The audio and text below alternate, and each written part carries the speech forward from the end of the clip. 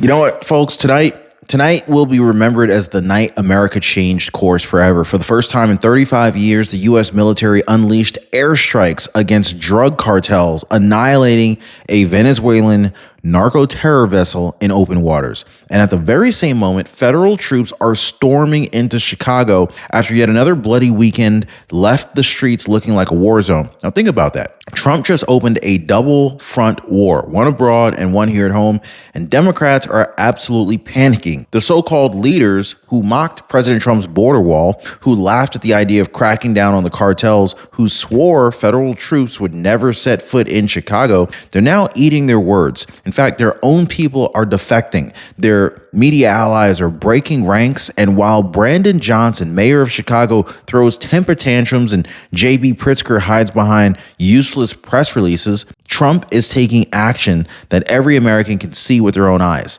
Drugs off the street, troops in the streets, crime collapsing. This is history being written in real time. And today, whenever you're watching the show, I'm going to break down the striking airstrikes, the troop surge in Chicago, the Democrats scrambling to survive, and what all of this means for the future of our country. Hang on, guys, because once you hear the details, you're going to understand exactly why the establishment is completely terrified and why America just crossed the point of no return. Hit the like, subscribe. Let's jump in. So I'm telling you right now, this is not just another day on the calendar, guys. This is a night historians are going to look back and they're going to say, wow, for decades from now, wow. Because under President Donald J. Trump, America just opened a double front war. Fighter jets annihilating cartel operations abroad while federal troops storm our streets at home in Chicago.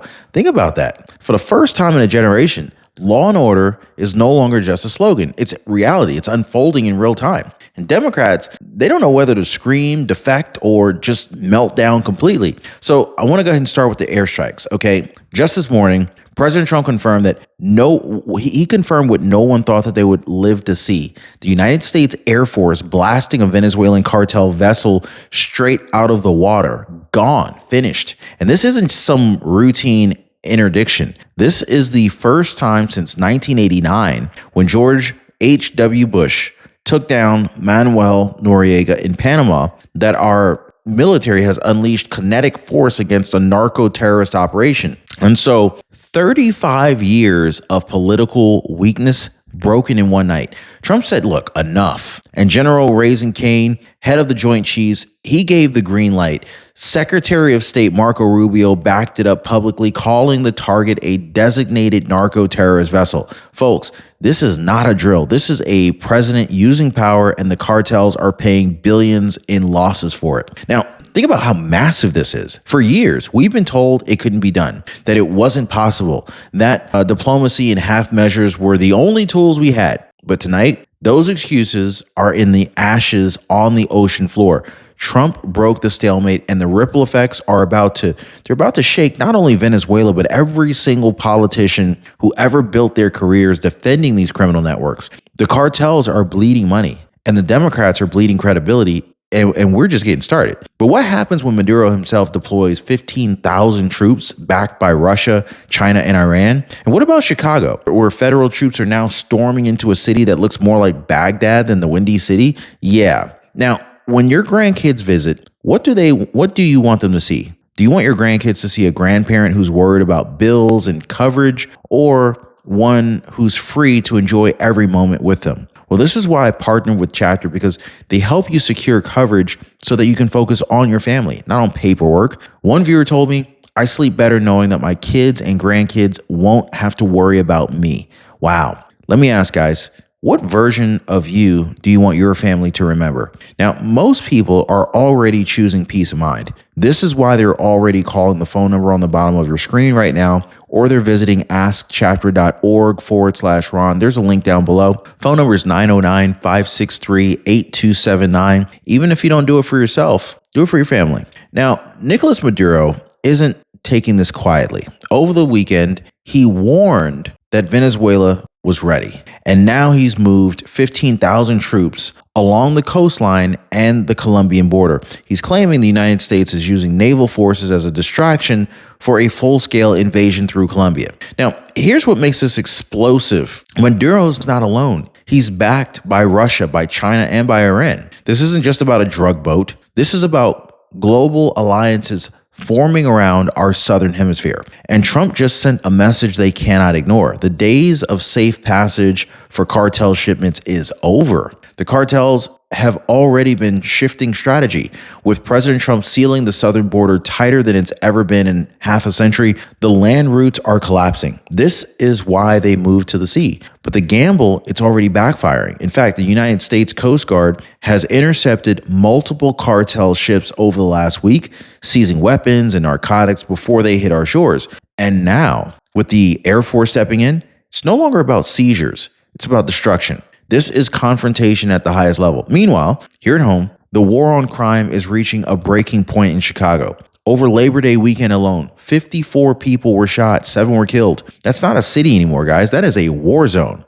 Federal agents are already embedded into Chicago, the Windy City, and National Guard troops, they're arriving as we speak.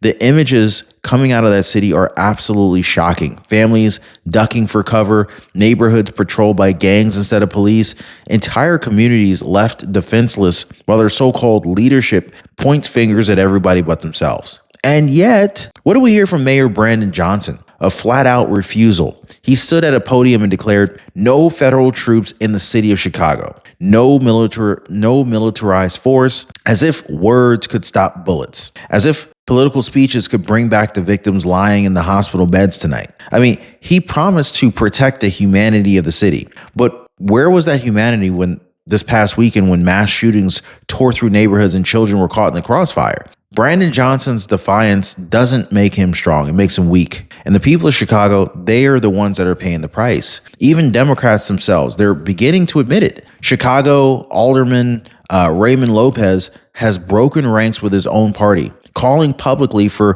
cooperation with President Trump to bring order back to the streets. And he's not mincing words either. Lopez has blasted Mayor Johnson and Governor Pritzker for hiding behind political posturing while the people that they are supposed to serve are left at the mercy of the criminals. I mean, he's already asked the obvious question that no one in leadership wants to answer. How many victims are we comfortable with, right? Because by resisting federal help, this is exactly what the mayor and the government are saying. I mean, that the current level of bloodshed is acceptable.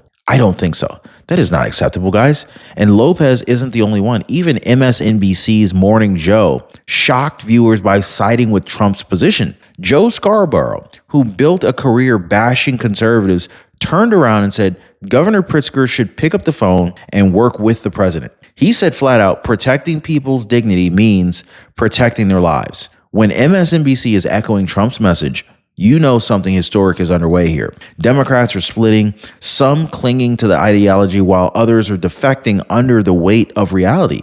That panic is spreading through their ranks and cracks are showing in real time. What Trump is doing right here is bigger than one city or one cartel. He is shifting the entire political conversation to the foundation of society itself, safety and security. So here's the truth. Safety is not optional. Psychologists have known this for decades. It's right there in Maslow's hierarchy of needs. After food and water, the next basic requirement is safety. And without it, nothing else really matters. This is why leaders like El Salvador's Nayib Bukele were able to transform their nations by restoring order and crushing crime. Bukele took El Salvador from the murder capital of the world to the safest country in the Western Hemisphere. And he won re-election with 85% of the vote. People will back whoever delivers safety, period. And right now, drop a 47 down below if you believe that Trump is delivering safety here in America. And Trump understands this. He doesn't need to pass new laws or invent a new system. He's proving that strong leadership inside the existing system is enough to turn the tide. By sealing the border, by unleashing ICE, by sending federal troops into lawless cities, and by striking cartels at the source, Trump is demolishing the Democrat narrative that America's problems are unsolvable. Now, if he keeps delivering visible results like this, the realignment, it won't just be political, it's going to be cultural.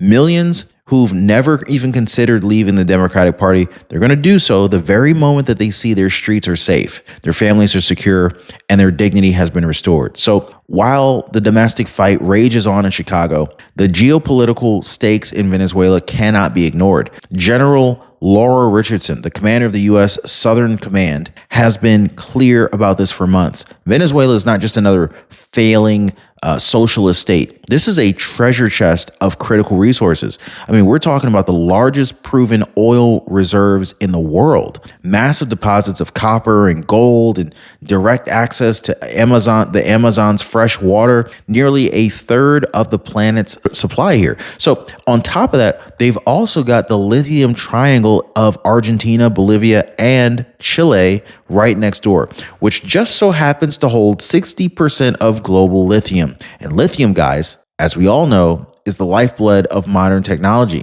Whoever controls these resources controls the future. So this is why the airstrike matter on more than one level. They're not just about hitting a drug vessel. They send a message to Maduro and his allies in Russia, China, and Iran. They also create instability inside of Venezuela itself, exposing Maduro's grip as weaker than advertised. Now, to some, this looks like a two birds with one stone strategy, if you understand what I'm saying here. Publicly framed as a war on cartels, but at the same time, setting the stage for U.S. leverage over Venezuela's resources and weakening a socialist regime that's aligned against us. Now, whether you agree with that or not, the reality is that the United States just put Venezuela back on the global chessboard in a way that it hasn't been for decades. And here at home, Democrats they're unraveling at the pressure. Mayor Brandon Johnson in Chicago, he can hold all the press conferences he wants, but his words, they don't stop the bloodshed. Governor Pritzker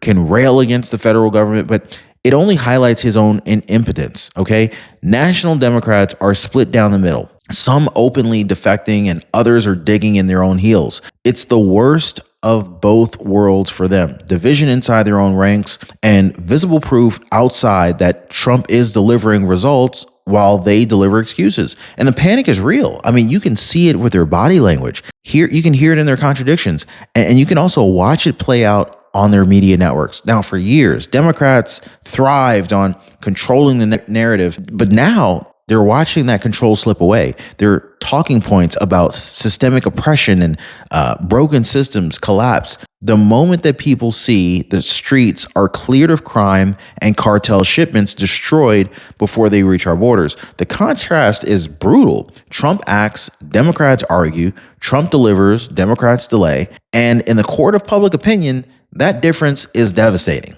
So here we are, guys, a night already being called historic. The United States Air Force just annihilated cartel targets off the Venezuelan coast. Federal troops are storming Chicago after one of the bloodiest weekends in the city that the city has ever seen. And Democrats, they're so confident in their grip on power and their control of the narrative, they're now panicking. They are split, they're divided, and they're exposed. For decades, Americans have been told that safety was out of reach, that chaos was the new normal, that our borders couldn't be sealed and our cities couldn't be saved. But tonight, Donald J. Trump just proved all of them otherwise, okay? Now, law and order is no longer a campaign slogan. It is a lived reality. Jets are striking abroad. Troops are restoring order here at home, and the American people are watching the difference in real time. That contrast is political dynamite, because when families feel safe, when crime drops, when cartels lose their grip, the excuses of the left,